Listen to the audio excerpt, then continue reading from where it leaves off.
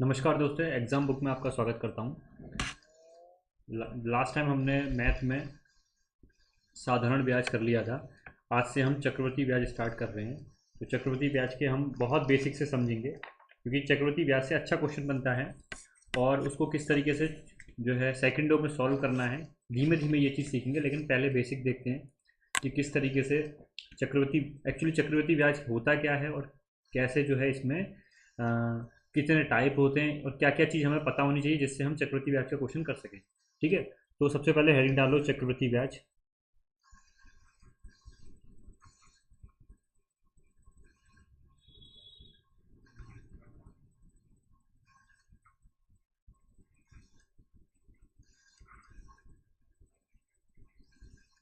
चक्रवृद्धि ब्याज, ठीक है। तो आज हम पढ़ने वाले हैं चक्रवृद्धि ब्याज। इसको इंग्लिश में कंपाउंड इंटरेस्ट बोलते हैं, ज़्यादातर सभी लोगों को पता होगा। कंपाउंड इंटरेस्ट,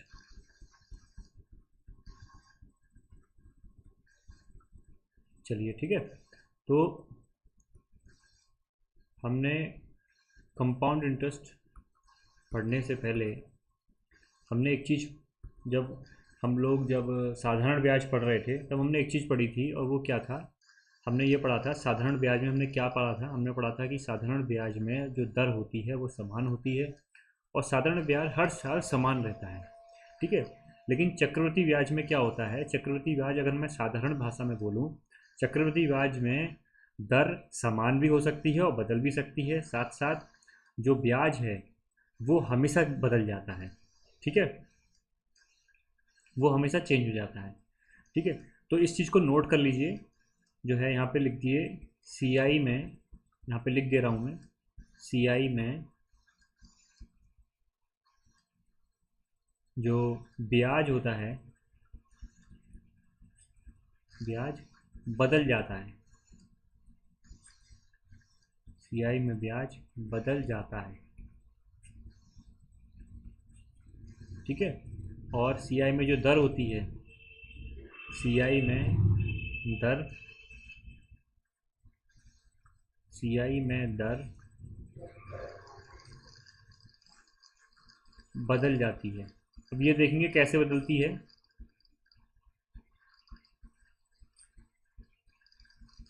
इन दो चीज़ों को नोट डाउन कर लीजिए पहले, तो आपको बेसिक डिफरेंस पता चल जाएगा कि हाँ कैसे सीआई में और जो है कंपाउंड इंटरेस्ट में डिफरेंस क्या होता है, ठीक है। अब आगे बढ़ते हैं। अब सीआई को समझेंगे एक एग्जाम्पल के थ्रू, ठीक है। तो एक एग्जाम्पल मैं लेके चल रहा हूँ, उसको बहुत ध्यान से समझिएगा तो आपको समझ में आ जाएगा एग्जाम्पल। हमने मूलधन जो है प्रिंसिपल, हमने मूलधन माना है कि 1000 रुपया मूलधन है और हमारे पास रेट जो है वो 10% है, ठीक है। समय हम लेके चल रहे हैं तीन तीन साल, 3 ईयर, और हमसे 3 साल तक का सी आई निकलवाया है, ठीक है। अब इसको देखेंगे, देखिए हम बात करते हैं पहले पहले साल की। सी आई फर्स्ट, सी आई फर्स्ट क्या होगा? आर का 10%, 1000 का क्या होगा? 100, ठीक है। चलिए अब देखते हैं सी आई टू क्या होगा, दूसरे साल का सी आई। अब ये बताओ मुझे दूसरे साल की सी आई क्या होगा? दूसरे साल सी आई, दूसरे साल जब ये सी आई जब हम निकाल रहे होंगे, मतलब पहली साल का अंत हो रहा होगा, दूसरे साल का स्टार्ट हो रहा होगा, तब हमारे पास अमाउंट क्या होगा दूसरे साल में? हमारे पास अमाउंट होगा 1100 रुपये। 1100 रुपये, और 1100 का 10% कितना निकालेंगे? 110 रुपया, ठीक है। ऐसे ही सी आई थ्री निकालते हैं। सी आई थ्री क्या होगा? अब जब सी आई थ्री का जब अंत हो, जब जो है जब दूसरे साल का अंत हो रहा होगा और तीसरा साल स्टार्ट हो रहा होगा, तो उस समय हमारा अमाउंट क्या हो गया? 1100 तो दूसरे साल में था, अब 110 रुपये और जुड़ गया, तो क्या होगा? 1210। इस समय हमारा ये अमाउंट होगा, और जब इससे हमारा अमाउंट ये होगा तो इसका सी आई क्या मिलेगा हमें? 121 रुपये। 121 रुपये, और अगर हम इन तीनों को ऐड करें और हमसे ये पूछा जाए, हमसे हमें 3 साल तक का सी आई निकालना है, तो हमारे पास सी आई कितना आया? हमारे पास सी आई आया 331। समझ गए आप? तो हमारे पास जो सी आई है वो 331 आया। इसका मतलब क्या है?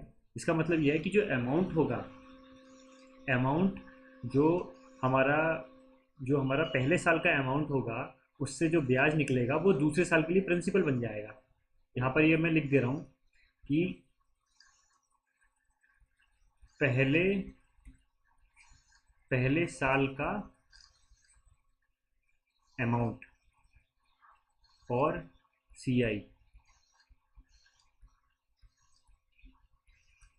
दूसरे टोटल अमाउंट ही बोलेंगे, पहले साल का मूलधन, सॉरी यहाँ पे पहले साल का प्रिंसिपल और मूलधन जो है वो दूसरे साल का दूसरे साल का क्या बन जाएगा, मूलधन बन जाएगा। ठीक है, यही तो हमने देखा। भाई हमें क्या मिला, हमें यहाँ पर 100 रुपये प्रिंसिपल, हमारा 1000 रुपये प्रिंसिपल था, 100 रुपये ब्याज मिला। तो हमारा दूसरे साल के लिए प्रिंसिपल क्या हो गया, दूसरे साल के लिए जो जिस पर हम टोटल निकाल रहे हैं वो प्रिंसिपल क्या हुआ, 1100 हो गया। ठीक है, तीसरे साल के लिए क्या हुआ, एक जो है 1210 हो गया।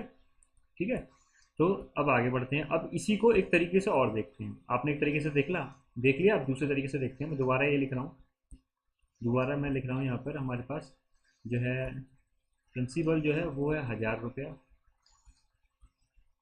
ठीक है, रेट हमारे पास है 10%, और हमारे पास समय, हमारे पास टाइम जो है हमारे पास 3 साल है, और हमें सीआई निकालना है, सीआई हमें निकालना है।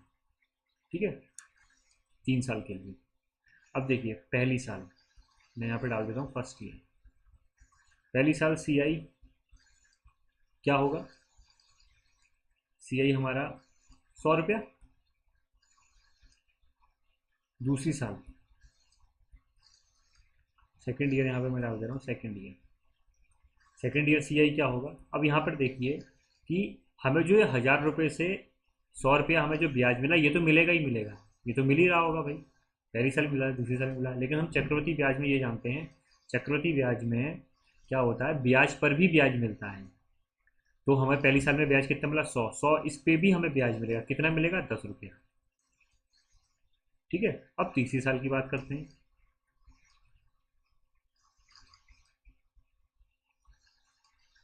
तीसरी साल देखते हैं, अब क्या हुआ, जो हमें 1000 रुपये से जो ब्याज मिल रहा होगा ये तो मिलेगा ही मिलेगा।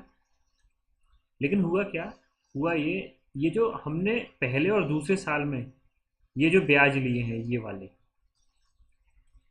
इसका भी तो हमें ब्याज मिलेगा, ये भी तो हमें इसका भी तो हमें ब्याज मिलेगा। तभी तो बोलते हैं ना चक्रवृद्धि ब्याज में कि ब्याज पर भी ब्याज मिलता है, तो इसका भी ब्याज मिलेगा। अब कैसे, ये 200 हो गए, 200 का ब्याज कितना मिलेगा हमें, 20 रुपया, और ये 10 का ब्याज कितना मिलेगा, 1 रुपया। तो टोटल अगर हम देखें तो हमारे पास कितना ब्याज आ गया, 300, 330, 331, 331 आ गया। यही हमारे पहले वाले में आया था 331। तो अब देखिए यहाँ से एक चीज़ समझ में ये आई हमें, जो ब्याज होता है ब्याज पर भी हमें ब्याज मिलता है। और पहले वाले तरीके से हमें क्या समझ में आया, पहले वाले तरीके से हमें समझ में आया कि जो पहले साल का जो हमारे पास ब्याज आया है और जो हमारे पास मूलधन है वो दूसरे साल के लिए प्रिंसिपल बन जाता है। यही मैंने यहाँ पे लिखा, पहले साल का पी प्लस सी आई, मतलब पहले साल का जो हमारे पास जो है 1000 रुपये थे और उसका जो वो आया था हमारे पास ब्याज, वो दूसरे साल का मूलधन बन जाएगा। ठीक है, तो जुड़ के अब इतनी बात समझ में आ गई। अब आप ये देख लीजिए कि हम इसमें क्या क्या पढ़ने वाले हैं। ठीक है, हम इसमें कौन से मेथड पढ़ेंगे, यहाँ पे डाल लो टाइप्स ऑफ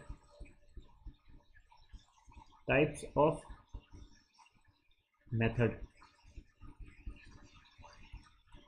ठीक है, पहला मेथड, पहला मेथड कौन सा है हमारा, पहला मेथड हमारा रहेगा, पहले हम पढ़ेंगे सबसे पहले रेट फैक्टर। ठीक है, दूसरा दूसरा हम इसमें क्या पढ़ेंगे, रेशियो मेथड।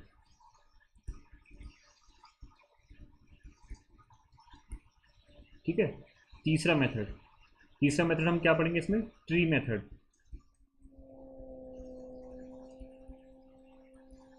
ठीक है, चौथा देखते हैं, चौथा हम इसमें क्या पढ़ेंगे, हम इसमें पढ़ेंगे percentage approximation, percentage approximation.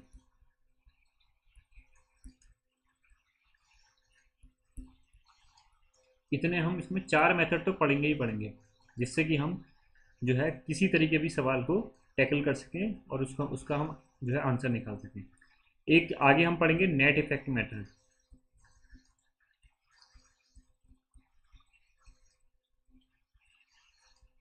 Net effect method.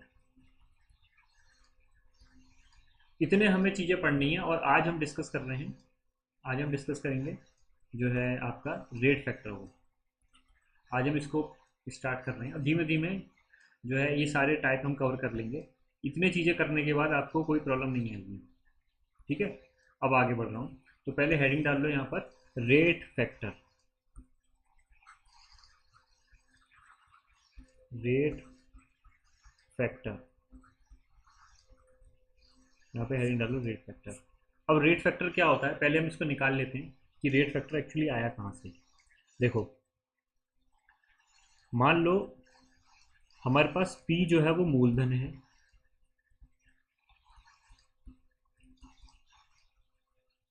ठीक है, और हमारे पास R जो है वो हमारे पास कैपिटल ले लो, R जो है हमारे पास वो दर है, ठीक है, और हमारे पास T हमारे पास N है,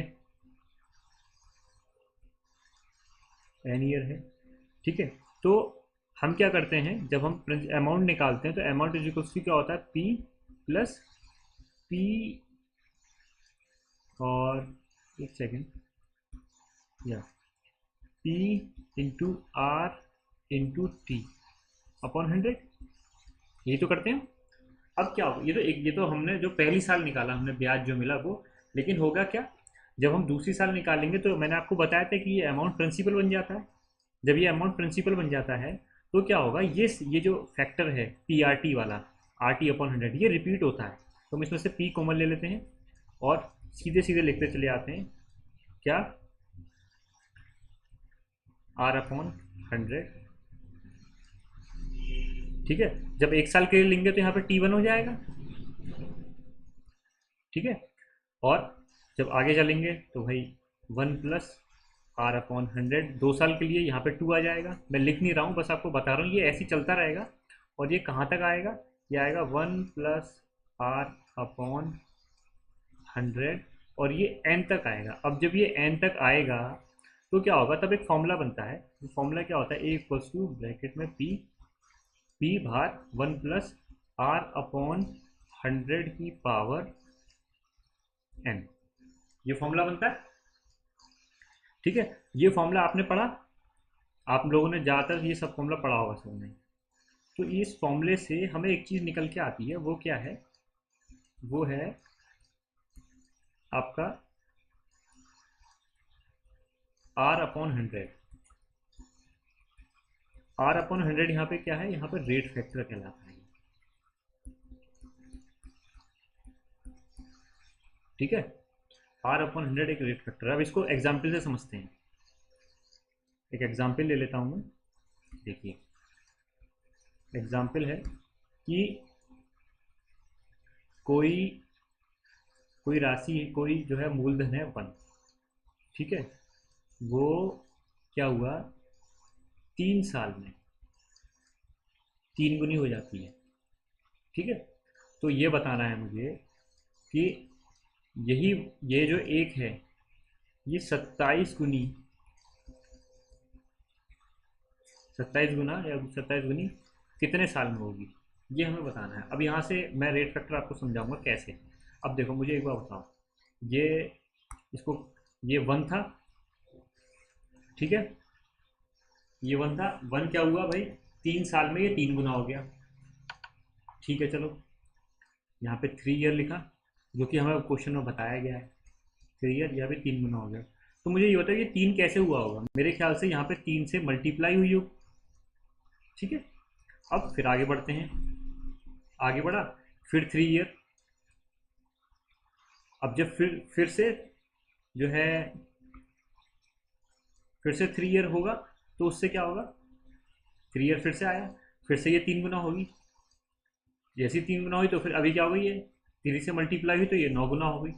अब 9 गुना हो गई, फिर से क्या हुआ, फिर से भाई 3 साल गुजरे, 3 साल बाद फिर ब्याज, 3 साल बाद फिर जो है ब्याज लगा, फिर से ये 3 गुना हो गई। जब ये 3 गुना हो गई तो यहाँ पे क्या हो गया, 27।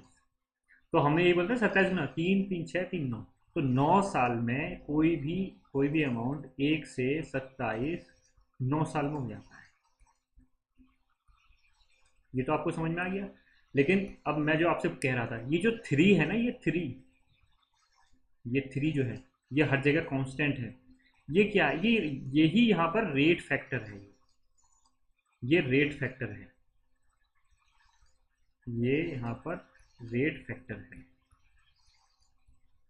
बस इस चीज़ को ध्यान रखिए। मेरे ख्याल से समझ गए होंगे आप लोग। रेट फैक्टर हमेशा कांस्टेंट होता है, कांस्टेंट रहता है हर जगह, है, बदल भी सकता है। अगर दर बदलेगी तो रेट फैक्टर भी बदल जाएगा। ठीक है, अब आप एक चीज़ देखिए, मिस, एक चीज़ ये समझिए क्या, ये हमने जब ऐसा ही पढ़ा था तब मैंने आपको वहाँ पे बताया था कि वहाँ पे चीज़ें ऐड होती हैं। यहाँ पर जो हम इंटू थ्री कर रहे हैं, वहाँ पे प्लस थ्री करते तब फोर आता है, फिर प्लस थ्री करते तो सिक्स आएगा।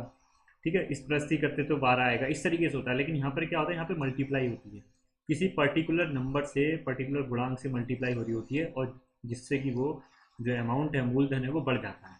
ठीक है, अब एक एग्जाम्पल और ले लेते हैं, एक एग्जाम्पल और लेते हैं।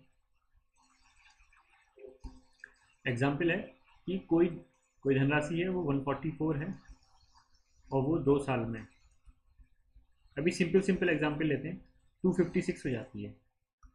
तो मुझे बताना है कि मेरा रेट फैक्टर क्या है यहाँ पे। फिर मैं आपको बताऊंगा रेट फैक्टर पता होने के फ़ायदे क्या होते हैं। रेट फैक्टर यहाँ पे कितना होगा, यहाँ पे दर दर का गुणांक बोल रहे हैं आप, है ना, या फिर रेट मल्टीप्लायर बोल रहे, वो कितना है। अब आप एक बार बताओ मुझे, ये 256 है, ये कितना है, 144। तो आप, अब मुझे ये पता करना पड़ेगा पहले कि ये 144 से 256 कितना गुना बढ़ गई है, वही तो रेट फैक्टर होगा मेरा। तो मैंने क्या करा, मैंने 256 और 144 को जो है डिवाइड कर लिया। अब आपको बस एक चीज़ ध्यान रखनी है, ये दो है ना, ये दो, ये जो दो दिया हुआ है, आपको बस ये चीज़ ध्यान रखनी है, जितना यहाँ पे साल होंगी, ठीक है, अगर यहाँ पे दो है और यहाँ पे कोई वैल्यू ऐसी है जो जिसका वर्ग बनना है, तो आप इसका अंडर रूट लोगे। अगर थ्री का अंडर रूट वन थ्री है, यहाँ पे 3 ईयर्स है, और यहाँ पे दोनों जगह ऐसी वैल्यू हैं जो क्यूब रूट बनना है, तो आप क्यूब रूट लो, क्यूब बनना है तो आप क्यूब रूट लोगे। अब यहाँ पे 256 किसका होता है, 256 होता है 16 का, और 144 होता है 12 का। ठीक है, 8, 6, 4, 3। तो मेरा रेट फैक्टर कितना निकल के आया, 43। अब चेक कर लेते हैं, चेक कैसे करते हैं, चेक ऐसे करते हैं कि भाई 144 था, 144 की जो है 4/3 से मल्टीप्लाई हुई, पहली साल में चार इतना गुना हो जाएगा, तो कितना आया, 192। अब 192 की फिर 4/3 से मल्टीप्लाई हुई, कितना आया, 256। तो मतलब ठीक है, यही बोल रहा है 256 आया था। तो मतलब जो 4/3 है, ये 4/3 जो है, 4/3 क्या हो गया, ये मेरा रेट फैक्टर हो गया, रेट फैक्टर। ये चीज़ समझ में आई। और ले लेते हैं एग्जाम, क्योंकि रेट फैक्टर ये सबसे बहुत इंपॉर्टेंट चीज़ है। रेट फैक्टर अगर आपको पता है तो आप बहुत कुछ निकाल लोगे।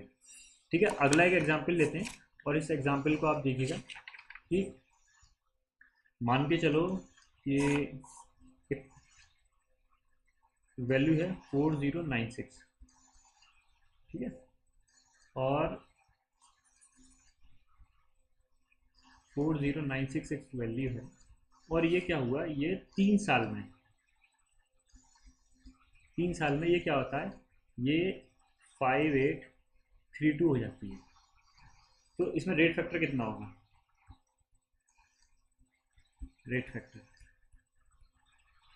मतलब 4096 की कितने से मल्टीप्लाई कर रही हूँ, करेंगे हम, तो जिससे कि मेरा तीसरी साल जाके ये वाला अमाउंट 5832 बन जाएगा। तो हम क्या करते हैं, कुछ नहीं करना, आपको डिवाइड कर दो बड़ी वैल्यू को छोटी वैल्यू से, 5832/4096, इनको दो से काटो। तो जब आप दो से काटोगे इनको, ये तो मेरे ख्याल से दो से काटने की जरूरत नहीं पड़ेगी आपको, ये सीधे सीधे देखिए, 4096/5832 जो है, 5832 और 4096। अब देखो ये क्यूब बन रहे हैं, 4096 कितने का है, ये है 16 का, और 5832 कितने का है, 18 का। तो मैंने आपसे कहा था अगर क्यूब बनना है तो ईयर को देखो, ईयर का मतलब ये है कि 1/3 हो जाएगा, ये 3 है, तो इसका क्यूब रूट ले लो, 18/16, और कितना आ गया ये, 9/8। तो मेरा रेट फैक्टर कितना हो गया, मेरा रेट फैक्टर हो गया 9/8। अब हुआ क्या होगा, हुआ ये होगा, उसी की तरह दोबारा देखते हैं, कि ये 4096 है,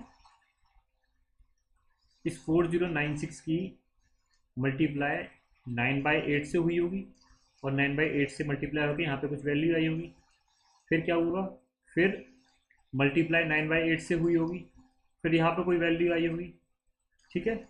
और फिर आगे बढ़ के जब हमने 9/8 से मल्टीप्लाई करी होगी, ये 9/8 से मल्टीप्लाई करी होगी, और जब आएगा तो यहाँ पे क्या आएगा, यहाँ पे आएगा 5832। तो मेरी बार बार मल्टीप्लाई किससे हो रही है, 9/8 से। तो ये मेरा क्या हो गया, ये मेरा हो गया रेट मल्टीप्लाई। ठीक है, समझ में आया आपको। अब देखो जो है पेज ऐड कर लेते हैं, नेक्स्ट पेज। ठीक है, एक एग्जांपल और लेता हूँ और अच्छे से समझ में आ जाएगा। हाँ, एग्जांपल है, देखिए हमसे ये बोला कि 34560, ठीक है। ये जो है 4394 ये हो जाता है, ठीक है। कितने साल में, 3 साल में। तो हमसे पूछा है कि इसमें दर क्या होगी, दर हमसे पूछी गई। दर दर का रेट फैक्टर मिल पता चल जाएगा तो हम दर भी निकाल लेंगे। अब इस क्वेश्चन में मैं आपको दिखाऊंगा कि रेट फैक्टर पता है तो दर कैसे निकालते हैं, ठीक है। अब जैसे कि ये क्वेश्चन है, अब क्या करना है आपको, कुछ नहीं, डिवाइड कर दो बड़े से छोटे को, 4394, तो हमें पता चल जाएगा कितना गुना है ये, 3456। काट लो इन्हें, क्या आएगा 2197, और ये क्या आएगा 172 अब देखो, अब 1728 और ये 2197, ये क्या है, ये क्यूब है किसका, एक 13 का, एक 12 का, ठीक है। अब मुझे ये पता चल गया कि रेट फैक्टर मेरा कितना है, 13/12। ये क्या है, ये रेट फैक्टर है, ये पता चल गया। चलिए, अब क्या हुआ, अब दर पूछी ना हमसे, तो यहाँ पर हो क्या रहा है, हर साल यहाँ पर 12 पे एक एक्स्ट्रा मिल रहा है, तभी तो 13 हो रहा है वो। तो मुझे एक एक्स्ट्रा मिल रहा है किस पे, 12 पे, इंटू 100, कितना आएगा 8 सही 1/2%। तो अब आप देखो कि मेरे को अगर रेट फैक्टर पता होगा तो मैं आराम से दर निकाल सकता हूँ, और जब मैं दर निकाल सकता हूँ तो फिर मैं सीआई भी आराम से निकाल सकता हूँ, ठीक है। तो मेरे ख्याल से आपको ये चीज़ समझ में आई होगी कि किस तरीके से जो है हम रेट फैक्टर का यूज़ करेंगे। अब मैं क्वेश्चंस लूँगा, अब जो लाइव सेशन आएगा आगे उसमें मैं क्वेश्चंस लूँगा, वो दर के ऊपर ही क्वेश्चन होंगे, उसमें दर या रेट फैक्टर निकाला होगा, वो प्रैक्टिस हम लाइव सेशन में करेंगे। चलिए, इस वीडियो को देखिए, अगर कुछ समझ में नहीं आया तो कमेंट में पूछ लीजिएगा। Okay, thank you.